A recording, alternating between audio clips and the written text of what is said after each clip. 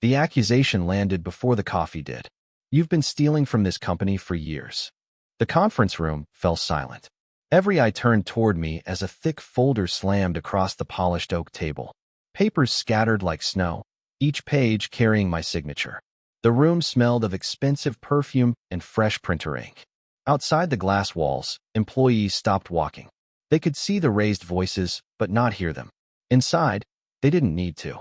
The expression on Chief Operating Officer Martin Hale's face was enough. Disgust. Triumph. The smile of a man who believed he'd already won. I trusted you, Martin said loudly. You cleaned up everyone's mistakes. Apparently, you were cleaning out the company's money too. Laughter. Quiet. Cruel. Not everyone laughed, but no one spoke. I looked around the room. Executives who had relied on me for years avoided my eyes. Department heads I protected during audits suddenly found the tabletop fascinating. The legal director had already uncapped his pen. Human Resources was preparing termination papers before I'd spoken a single word. Amazing. 5 years of solving impossible problems.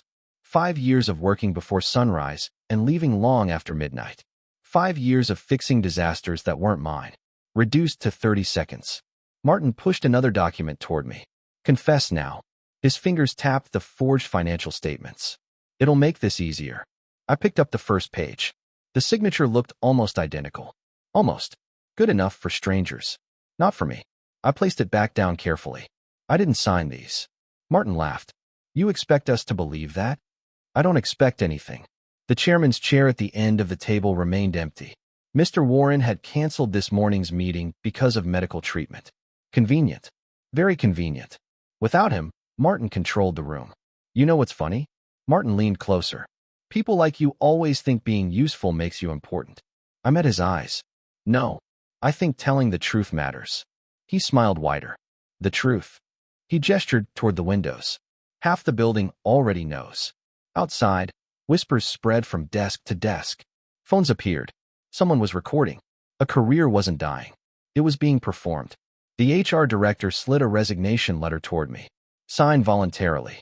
It'll protect your reputation. I almost smiled. Protect what reputation? The one they'd already destroyed? The legal director cleared his throat. If you refuse, we'll involve the police. Martin folded his arms. Your choice. The room waited. Not for justice. For surrender. Instead, I stood. My chair rolled backward with a soft scrape. I won't sign. Martin shrugged dramatically. Then security. The doors opened immediately. 2 guards entered. They looked uncomfortable. One of them, Ethan, had worked in the building for nearly 8 years. He knew me. We'd shared countless late nights while fixing burst pipes, power failures, flooded archives, broken elevators, and impossible deadlines. He hesitated. I'm sorry, sir. Sir. Only one person noticed. Martin. His eyes narrowed. Before he could question it, I removed my access badge and placed it beside the forged documents. Plastic against wood. Such a tiny sound, yet somehow louder than every accusation. I'll leave.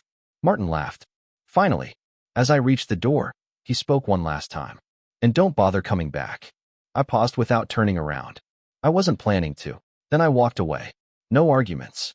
No explanations. No desperate attempt to convince people determined not to listen. The hallway outside felt strangely peaceful. Employees pretended to work. Computer screens glowed. Conversations stopped as I passed. Some looked guilty. Others looked satisfied. Most simply looked relieved that today's victim wasn't them. I stepped into the elevator.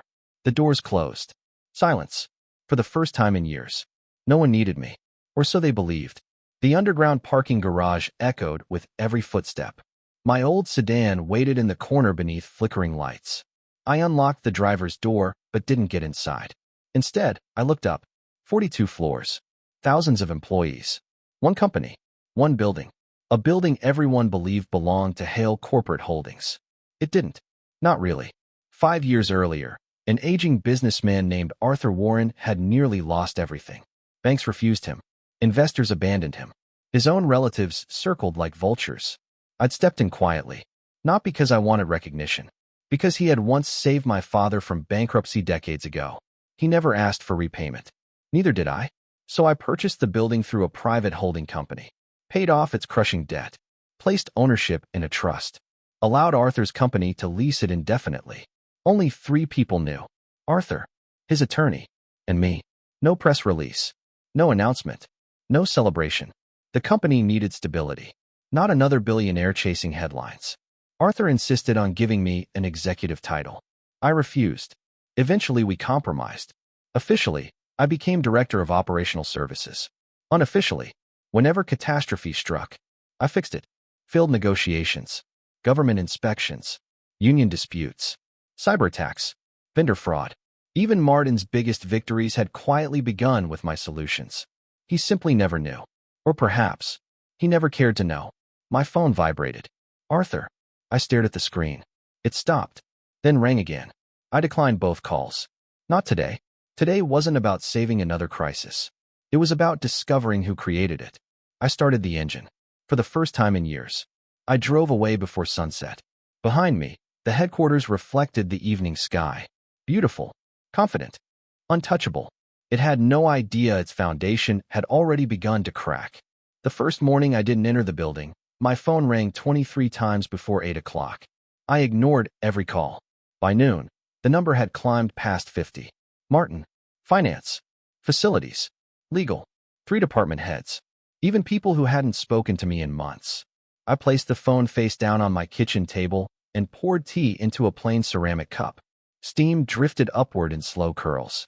For years I had eaten breakfast standing in elevators, answered emails while walking between departments, and signed emergency purchase orders before sunrise. The silence felt unfamiliar, not empty, earned. The television in the corner flashed a financial news segment. Shares of Hale Corporate Holdings slipped nearly 4% this morning following internal reports of operational instability. I muted it. Interesting. Much faster than expected. A knock came at my apartment door. Not frantic. Measured. I already knew who it would be. Arthur Warren stood outside wearing a dark overcoat despite the warm afternoon. His silver hair looked messier than usual, and the lines around his eyes seemed deeper. I called. I know. You didn't answer. I needed a quiet morning. For several seconds, neither of us spoke. Finally, he sighed. May I come in? I stepped aside. Arthur looked around the modest apartment with familiar disappointment. You still live like this. I like it. You own more than half this district through your investment companies. I own responsibilities, not luxuries. He shook his head but smiled faintly. That smile disappeared as soon as he sat down. I suspended Martin. I didn't react. You aren't surprised. No. Arthur leaned forward. He admitted arranging yesterday's meeting. Only the meeting? His silence answered before his mouth did. He denied forging documents. He would. The forensic team already confirmed the signatures were fabricated. I stirred my tea. Arthur watched me carefully. You could end this today. I could. So why won't you? I looked out the window. People hurried below without knowing anything about boardrooms or betrayals. Their lives kept moving. The world always did. Because yesterday wasn't caused by one forged signature. Arthur frowned. It was caused by years of believing one man solved every problem while another merely cleaned them up. He lowered his eyes. I failed you. You underestimated what silence costs. The words hurt him. They were supposed to. Not because I wanted revenge. Because truth should hurt before it heals. His phone vibrated. He glanced at the screen and grimaced. The elevators stopped. I said nothing. The backup servers failed. Still nothing. The supplier contracts vanished from the system. I sipped my tea. Arthur slowly understood. You memorized everything. I organized everything. There are no complete records. There never were. He closed his eyes. Everyone assumed digital systems kept companies alive. They didn't. People did. Knowledge did. Trust did. And all 3 had walked out yesterday carrying nothing except a worn leather notebook that now rested inside my desk drawer. Arthur stood. I don't want you to rescue us. I know. I want you to decide whether we're worth rescuing. He left without another word. Back at headquarters, panic spread faster than gossip ever had. Martin returned despite his suspension, insisting only he could stabilize the company. He couldn't. Managers searched shared drives for procedures that no one had documented. Maintenance crews waited for approvals that no longer existed. Payroll software rejected thousands of entries because authorization chains had quietly depended on processes only I maintained. Not because I wanted power, because no one else had bothered to learn them. Late that evening, Ethan, the security guard, stood near the lobby watching exhausted executives argue. "You should have listened to him," he muttered. No one heard, except the elderly janitor pushing a mop nearby. She nodded. "He always thanked us." Ethan smiled sadly. "The only executive who knew our children's names." Upstairs, Martin slammed both hands against the conference table. "This is sabotage." The IT director stared back. "No, this is dependency." The room fell silent. Outside, rain began striking the glass. One drop after another. Steady, patient, impossible to stop. Across the city, I opened the leather notebook. Every page contained solutions. Emergency contacts, hidden contractual obligations, renewal dates, building maintenance schedules, supplier histories, and one sealed envelope, written in Arthur's handwriting. Open only when they stop seeing your worth. For several moments, I simply looked at it. Then, very slowly, I broke the seal. The paper inside the envelope was heavier than ordinary stationery. Arthur had always preferred fountain pens and thick cream-colored paper. His handwriting flowed with the same quiet confidence that had once built an empire from a single warehouse. I unfolded the letter. "If you are reading this, then I failed. I promised your father that if I ever stood where he once stood, surrounded by people who valued results more than character, I would remember the hand that lifted me. Somewhere along the way, I became too busy protecting the company and forgot to protect the people who made it worth protecting. Do not save Hale Corporate Holdings because I ask you to. Save only what deserves to survive. Everything else must face its own consequences." There was no plea, no demand, just regret. I folded the letter carefully and placed it back inside the envelope. For years I had believed loyalty meant staying. Arthur's words forced me to consider another possibility. Sometimes loyalty meant walking away long enough for the truth to become impossible to ignore. My phone vibrated again. This time it wasn't Arthur. It was Lena Ortiz, Chief Financial Controller, one of the few executives who had never treated support staff as invisible. I let the phone ring twice before answering. "Hello." Her voice sounded exhausted. "I wasn't sure you'd pick up." "I almost didn't." "I know."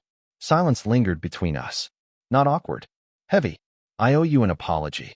You don't owe me anything." I sat in that room. "You did." I knew something felt wrong. "You stayed quiet." Her breathing caught. "I was afraid." "I know. I hate that I was." I closed my eyes. Fear ruined more good people than cruelty ever could. Cruel people expected resistance. Fear convinced decent people not to offer it. "What do you need?" I asked. She hesitated. "Nothing for me." "For the company?" "No." Another pause. "For the employees." That made me listen. The payroll system collapsed completely. I heard, "Hourly workers won't receive their salaries tomorrow." I remained silent. Some of them live paycheck to paycheck. There it was. The real victims. Not executives. Not shareholders. The people cleaning offices at midnight. Security guards working double shifts. Cafeteria staff sending money home. Maintenance crews fixing pipes before dawn. People who had never once participated in boardroom politics. "I won't return." "I'm not asking you to." "Then, tell me how to pay them." I looked at the notebook on my desk. Everything she needed was inside. I could have ignored her. No one would blame me. Instead, I opened the notebook to a page marked in blue ink. "Take the payroll authorization server offline." "Okay." "Reconnect it manually through Building Maintenance Network 3. She stopped typing. "Maintenance." Everyone assumed payroll depended on finance. It doesn't. It never did. Why? Because 5 years ago the finance servers crashed during a flood. You rerouted them. I did. She whispered something I couldn't hear. What? I never even knew. No one asked. For the next 15 minutes, I explained the process. Not everything. Only enough to ensure ordinary employees receive their wages. When we finished, Lena didn't hang up. "I still should have spoken yesterday." "Yes. I'm sorry. I believe you." Her voice became smaller. "Will you ever come back?" I looked out my apartment window. Rain covered the city in silver. "I'll return when the building no longer mistakes loyalty for ownership." Then I ended the call. The following morning, Hale headquarters looked different. Not physically, emotionally. People walked faster. Managers spoke softer. Departments that had ignored one another for years suddenly exchanged nervous emails. Without someone quietly solving every hidden problem, every flaw became visible. In the executive suite, Martin refused to admit defeat. They're exaggerating. He paced before department heads. We'll replace him. No one answered. Martin frowned. What? The IT director finally spoke. We already tried. Then hire more people. We hired 6 consultants. And they spent 9 hours trying to understand systems he built. Martin folded his arms. They're experts. They resigned. His expression froze. What? They said whoever designed our operational structure understands this company better than anyone currently employed. Martin laughed bitterly. One operations director? No. The IT director looked directly at him. Whoever he really is. For the first time since the accusation, Martin looked uncertain. By Friday, the rumors had changed. Earlier in the week, people whispered that I had stolen company money. Now they whispered something entirely different. Who exactly was I? The questions spread through every floor. Why had the chairman trusted me so completely? Why had legal documents required my secondary authorization?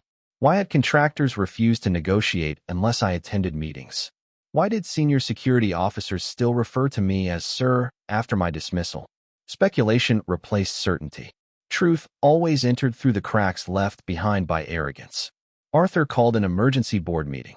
Unlike the previous one, every chair was occupied. No one smiled. Stacks of reports covered the table. Missed deliveries, contract penalties, delayed audits, supplier complaints, employee resignations. Arthur let everyone read in silence. Finally, he asked one question. What changed this week? Martin answered immediately.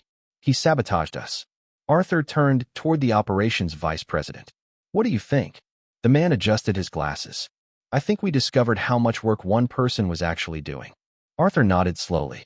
Lena. She looked around the room before speaking. I verified every accusation against him. Martin smiled. I told you. She continued. I also verified every piece of evidence. His smile faded. The signatures were forged. Silence. The financial transfers never reached his accounts. Silence. The witnesses were coached. Martin's jaw tightened. This is ridiculous. Lena slid several folders across the table. Forensic analysis. Independent audit. Security logs. Email records. One by one, directors opened them. Expressions changed. Confusion. Shock. Disbelief. Arthur never interrupted. He simply watched. Martin slammed a folder shut. This proves nothing. It proves enough, Lena replied quietly. Arthur finally spoke. You accused an innocent man. He embarrassed the executive team. He protected it. He made everyone dependent. Arthur leaned forward. No. We made ourselves dependent because it was easier than learning. The room fell silent again. Then the oldest independent director spoke for the first time. I've served on this board for 12 years. Everyone looked toward him. I always wondered why Arthur rejected every proposal to replace our operations director. He removed his reading glasses. Now I know. Martin scoffed. You're all acting like he's irreplaceable. No. The elderly director shook his head. We're acting like we never understood who we were replacing. That afternoon, Ethan finished his shift and headed toward the parking garage. A black sedan waited near the exit. The window lowered. He recognized me immediately. He smiled awkwardly. I wasn't sure it was really you. It is. You shouldn't be here. I know. He glanced around before stepping closer. The whole building's falling apart. I heard. They keep asking where you kept the emergency keys. I never kept them. What? They're exactly where they've always been. They can't find them. Because they've never bothered looking. Ethan laughed despite himself. Then his expression became serious. I wanted to apologize. For what? I escorted you out. You did your job. I still hated it.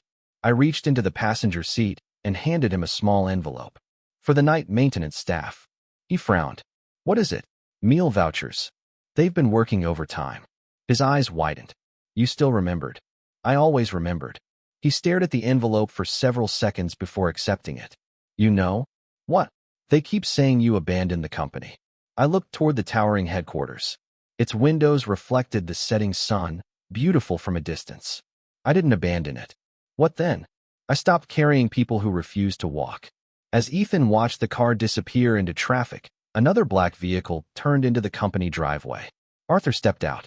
Beside him walked a gray-haired attorney carrying a locked metal briefcase. Inside that briefcase rested documents no one on the board had ever seen. Documents that would change not only Martin's future, but everyone's understanding of who had truly been holding the company together. The metal briefcase clicked open with a sound so small that no one at the table expected it to change their lives. Arthur didn't touch the documents immediately. Instead, he looked at every director in turn. Some stared back with confidence. Others couldn't meet his eyes. Martin leaned back in his chair, masking irritation with practiced arrogance. "So," he said, forcing a smile, "what dramatic surprise are we pretending exists now?" Arthur ignored him. He nodded once to his attorney.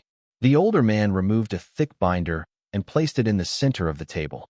"These are certified property ownership records." Several directors frowned. "The headquarters?" "Yes." Martin laughed. "We already know the company owns the building." The attorney calmly replied, "No." Silence. "It leases the building." Martin's smile faltered. "That's impossible." "It is not." The attorney slid copies around the table. "Please review the registered owner." Paper rustled. One after another, directors scanned the first page. Their expressions shifted almost in sequence. Confusion, disbelief, recognition. Lena's hand froze halfway down the page. "This?"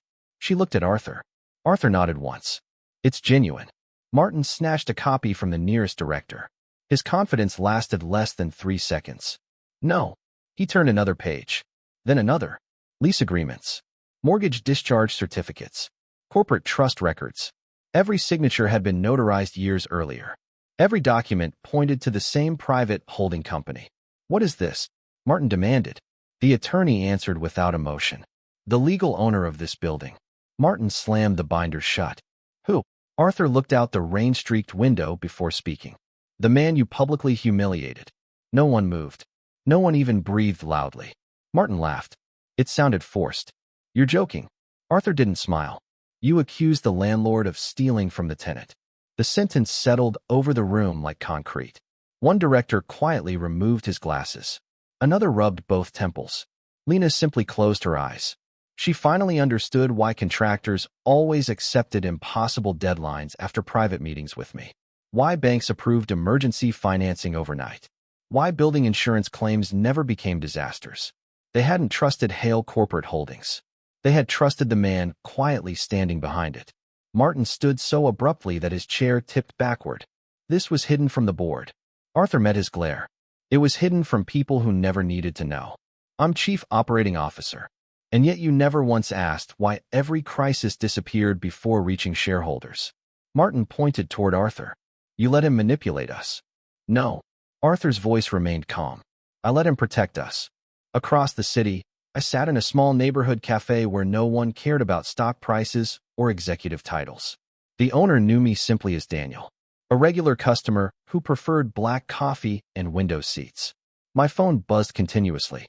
News alerts, unknown numbers, messages from former colleagues. I ignored them all.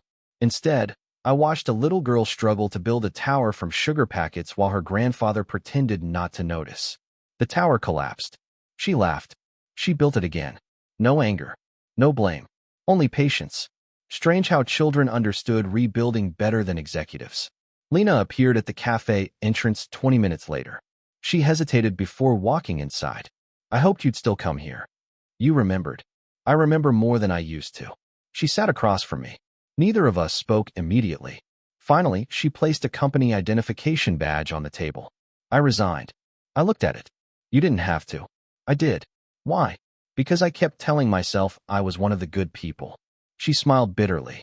"But good people don't stay silent while innocent people are destroyed." I didn't argue. She wasn't asking for comfort. She was facing herself. "I won't ask you to forgive me," she continued. "I wouldn't know how. I came because there's something you should know." I waited. Someone deleted security footage. Yesterday? No. The day before the accusation. My attention sharpened. All of it. Not all. They missed one camera. Where? The loading dock. I leaned forward for the first time. "What does it show?" She slid a flash drive across the table. "Someone entered your office after midnight." "Who?" "I haven't watched it." "Why not?" She looked directly at me. "Because I thought you deserved to see the truth first." I picked up the flash drive. It suddenly felt much heavier than plastic should. The video began with static. Then the timestamp appeared. 2:17 a.m. The hallway outside my office was empty. Rain lashed against the windows beyond the emergency exit. 38 seconds later, a figure entered the frame. Black coat, company access card, baseball cap pulled low. He unlocked my office, stepped inside, closed the door. For nearly 11 minutes, nothing happened. Then he emerged carrying a thin document folder. He looked left, then right. As he turned toward the elevator, the hallway light reflected across his face. Lena inhaled sharply. I know him. So did I? Not Martin. Not one of the executives. It was Gregory Shaw, Deputy Director of Internal Compliance.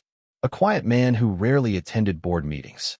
He specialized in investigations, background checks, document verification. Ironically, the very department responsible for proving evidence was authentic. He testified against you, Lena whispered. I remember. He said he'd personally verified every financial record. I replayed the footage twice. Gregory wasn't stealing money. He was replacing something. He's not the mastermind, I said. You think someone ordered him? I know they did. People like Gregory never led conspiracies. They survived them. Someone had promised him protection, or threatened him into obedience. Either way, the chain didn't end with him. At headquarters, Gregory never reached his office. 2 investigators from an independent auditing firm were already waiting. So this is about the video, he muttered. One investigator raised an eyebrow. What video?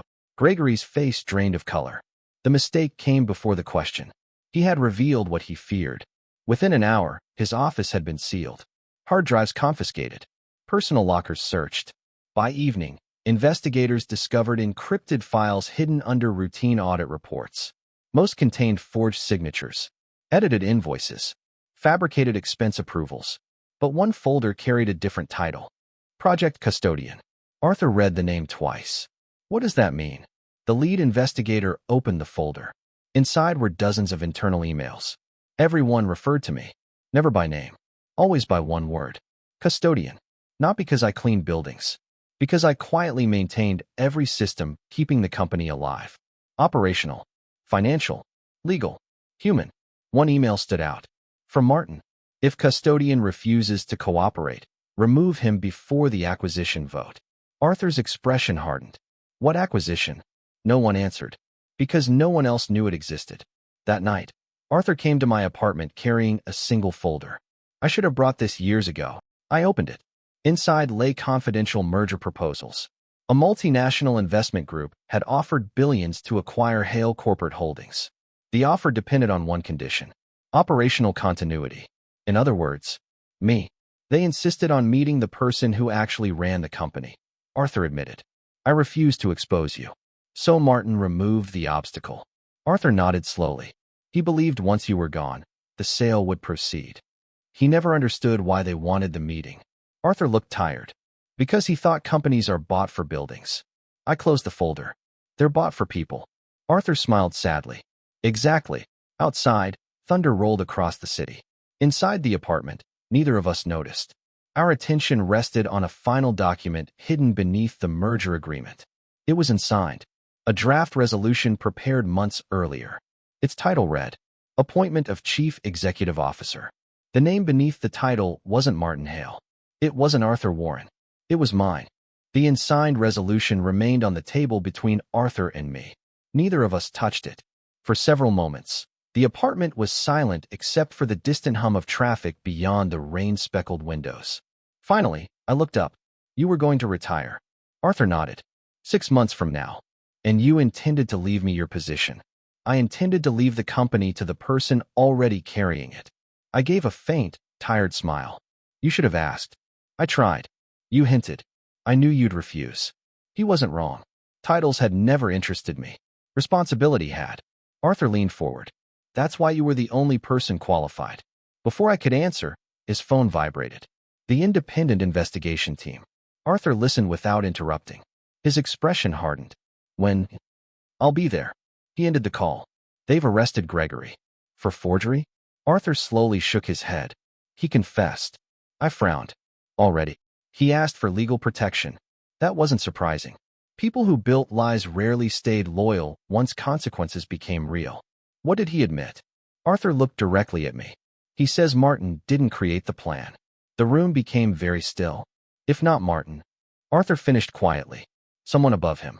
The emergency board meeting began before sunrise.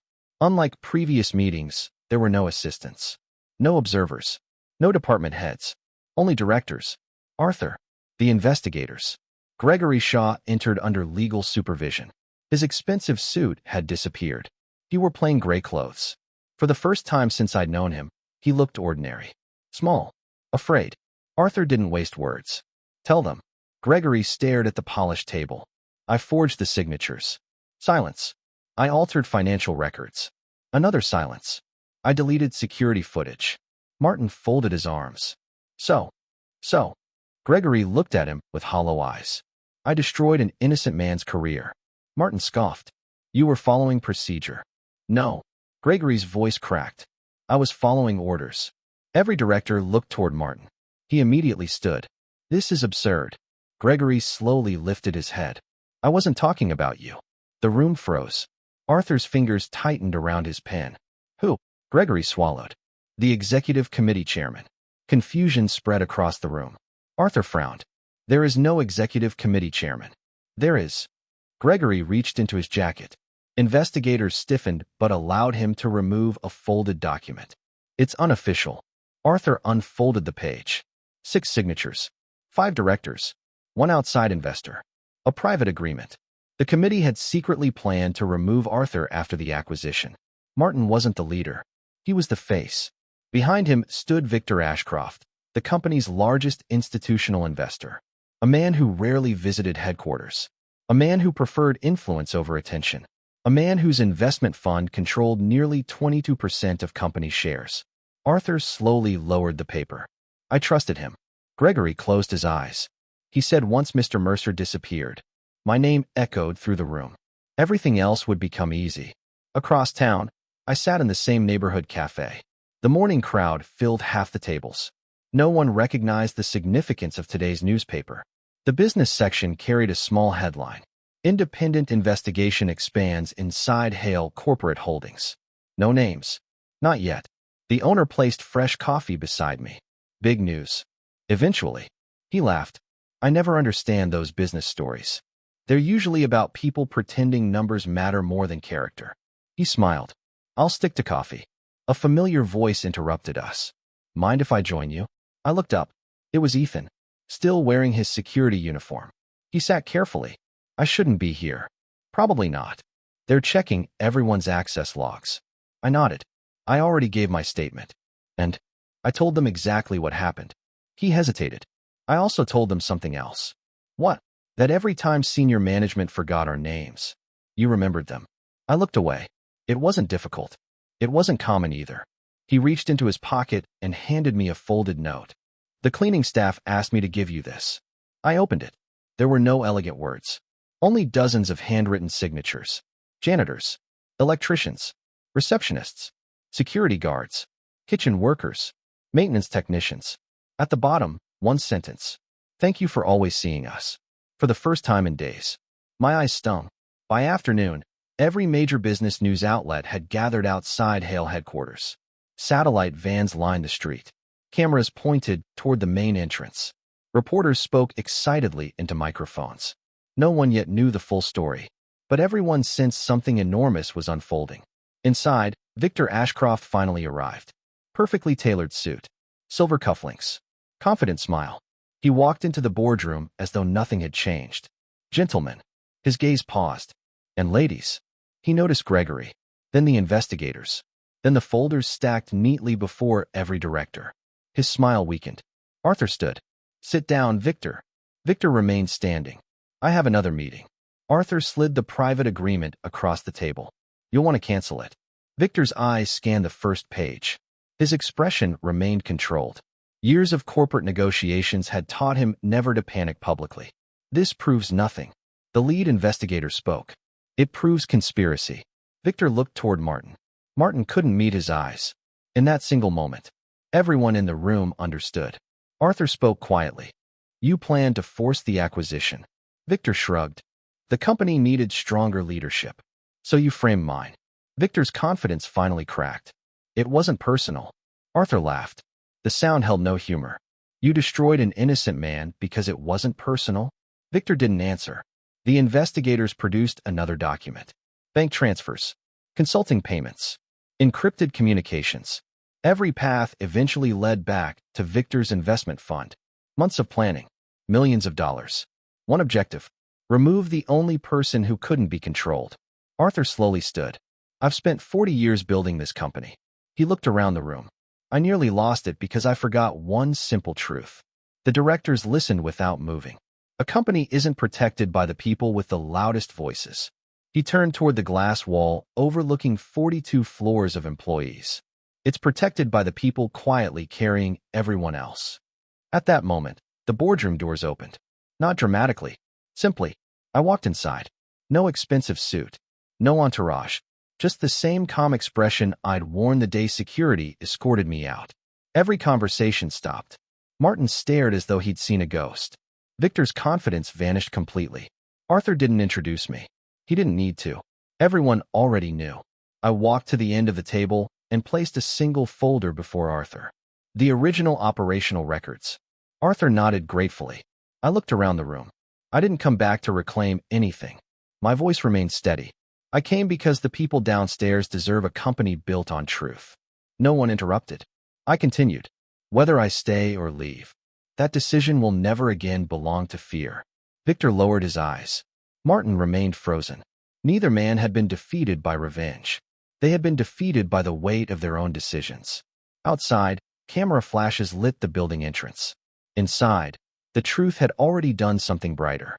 It had given everyone in the room a choice. And for the first time in years, no one expected me to clean up their mess. Morning sunlight spilled across the lobby through the towering glass facade, catching tiny specks of dust that drifted lazily in the air.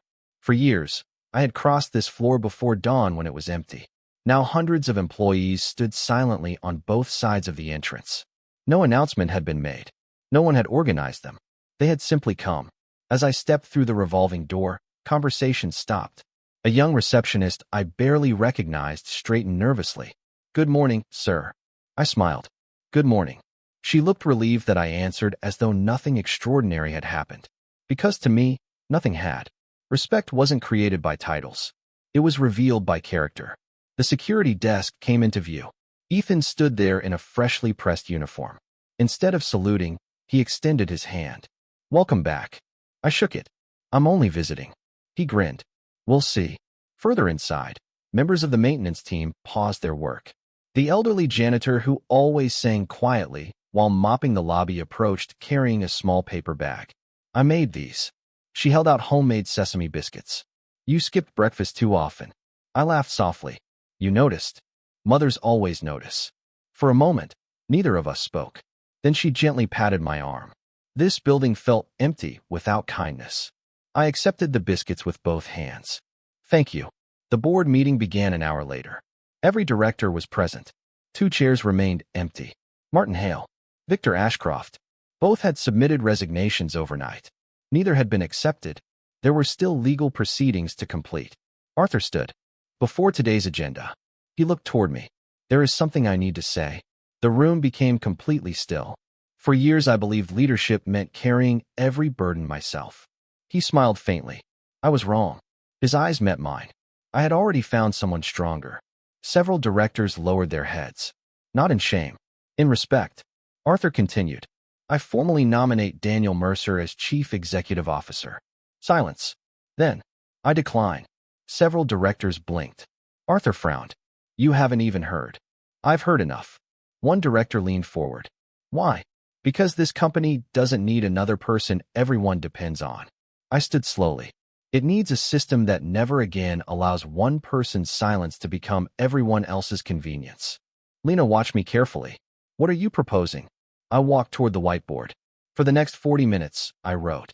Knowledge sharing, cross-department training, transparent reporting, independent ethics oversight, anonymous employee protection, operational documentation, leadership rotation.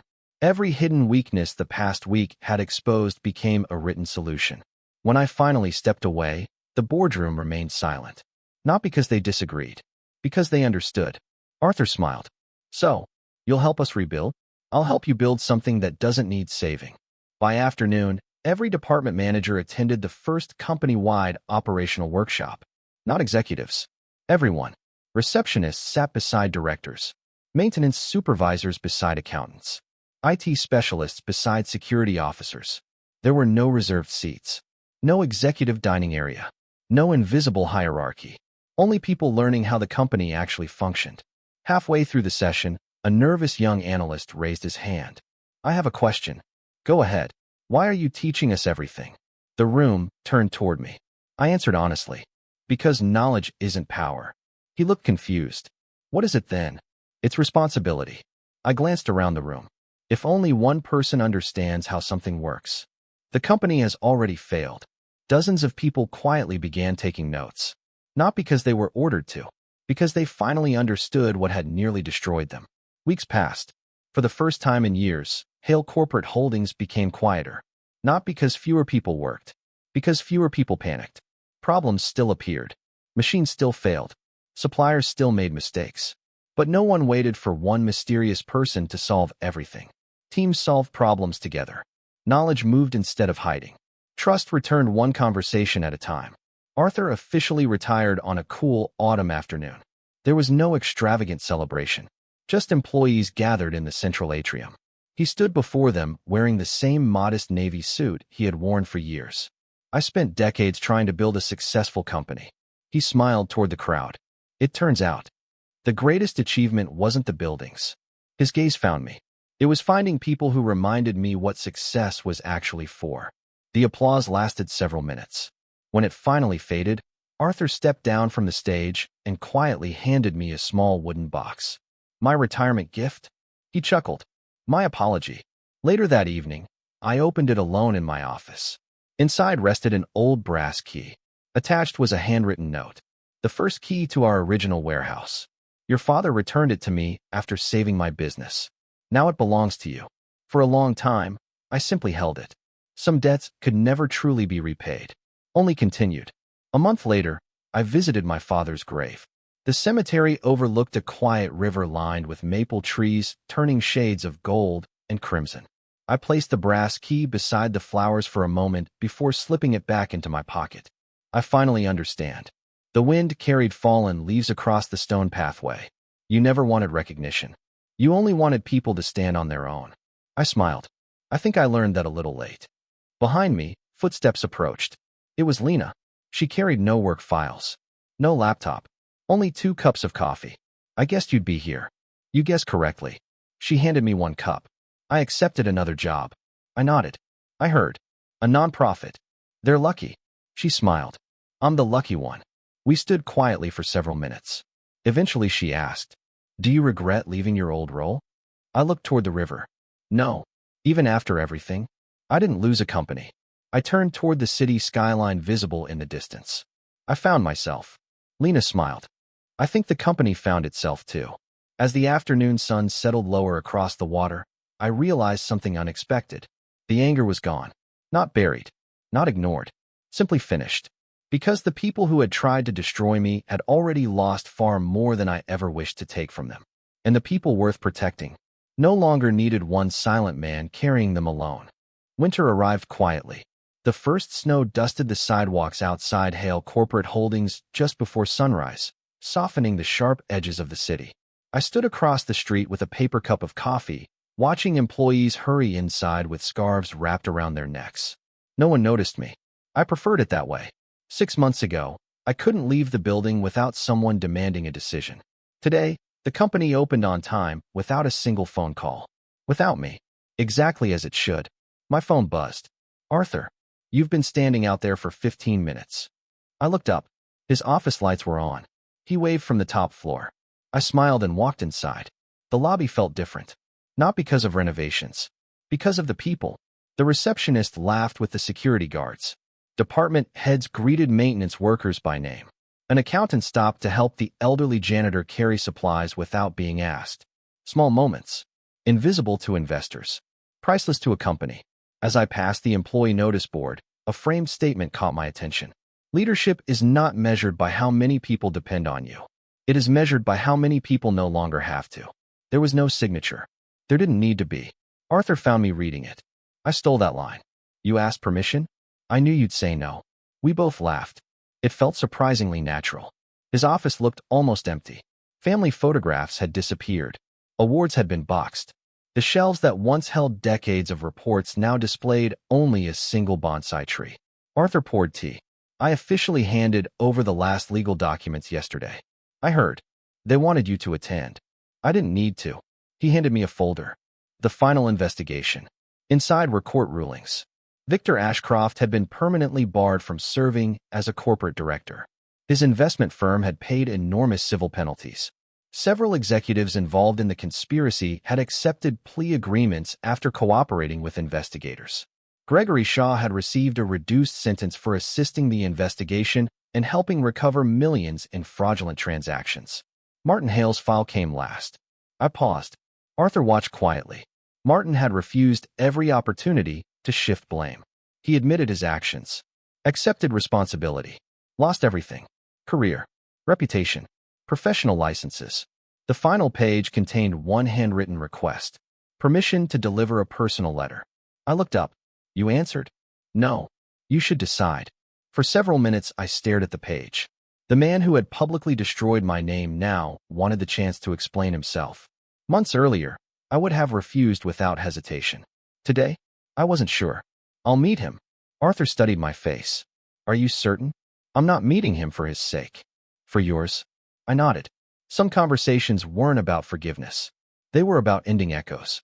The correctional visitation room was smaller than I expected. Plain walls, metal table, 2 chairs. Martin entered wearing a simple gray uniform. For a moment, neither of us spoke. He looked older. Not because of time. Because pride had finally become heavy enough to carry. I didn't think you'd come. I almost didn't. He nodded slowly. I deserve that. Silence settled between us. Finally, he slid an unopened envelope across the table. I wrote this 3 times. I don't need a letter. I know. He lowered his eyes. I needed to write it. I left the envelope where it was. You wanted to say something. Martin inhaled deeply. I hated you. I know. But not because of who you were. He laughed bitterly. Because of who I wasn't. I said nothing. He continued. Every crisis ended with people thanking you. They thanked the person who solved it. I wanted them to thank me. His voice trembled. So I convinced myself you were the problem. For the first time since we met. Martin wasn't defending himself. He was facing himself. I kept waiting for you to fight back. Martin looked at me with tired eyes. When we accused you, why didn't you? I considered the question carefully. Because you weren't listening. He nodded. I wasn't. You had already decided who I was. Silence. I thought exposing you would finally prove my worth. His laugh carried no humor. It only exposed my own. He pushed the envelope closer again. This isn't an apology asking for forgiveness. What is it? A promise. I raised an eyebrow. When I'm released, I'll never build another company where fear is rewarded. I looked at him for a long moment. People changed for many reasons. Punishment, loss, regret.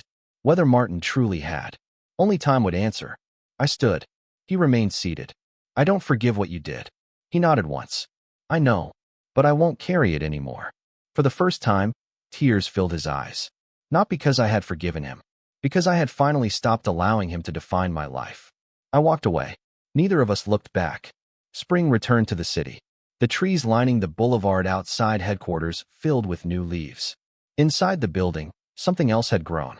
Confidence. Not in one person. In one another. The executive parking spaces closest to the entrance had been removed. The space became a small garden with benches where employees from every department ate lunch together. The annual report no longer celebrated individual executives on the cover. Instead, it featured a photograph of maintenance workers, engineers, receptionists, analysts, cleaners, accountants, and security officers standing side by side beneath the company logo. The caption read, "Every role matters. Every person counts." When shareholders questioned the change, profits answered for them. Operational efficiency reached record highs. Employee turnover dropped to its lowest level in company history. Customer satisfaction climbed. Not because someone worked harder, because thousands of people finally worked together. One evening, long after most employees had gone home, I found the elderly janitor locking her supply closet. She smiled. "Working late again?" "Just visiting." She handed me a fresh sesame biscuit. You still forget dinner. I probably always will. She laughed softly. You know? What? I always wondered why someone important treated everyone like equals. I looked around the quiet hallway. The polished floors reflected the warm evening lights. When my father lost everything, the first person who helped him wasn't a banker. She listened quietly. It was the man sweeping the warehouse floor. She smiled. So that's why. That's why. She gently squeezed my hand before heading toward the elevator. I remained where I was. The building was peaceful. Not because every problem had disappeared, because no one believed someone else would always clean up their mess. I stepped into the lobby. Outside, the city lights shimmered against the glass. Months earlier, I had walked through these same doors carrying only silence. Tonight, I carried something far lighter. Freedom. As the automatic doors opened, I took one last look at the building. It no longer belonged to my responsibility. It belonged to the people who had finally learned to stand together. I smiled to myself and walked into the night, leaving behind not an empire that depended on me, but a legacy that no longer needed to.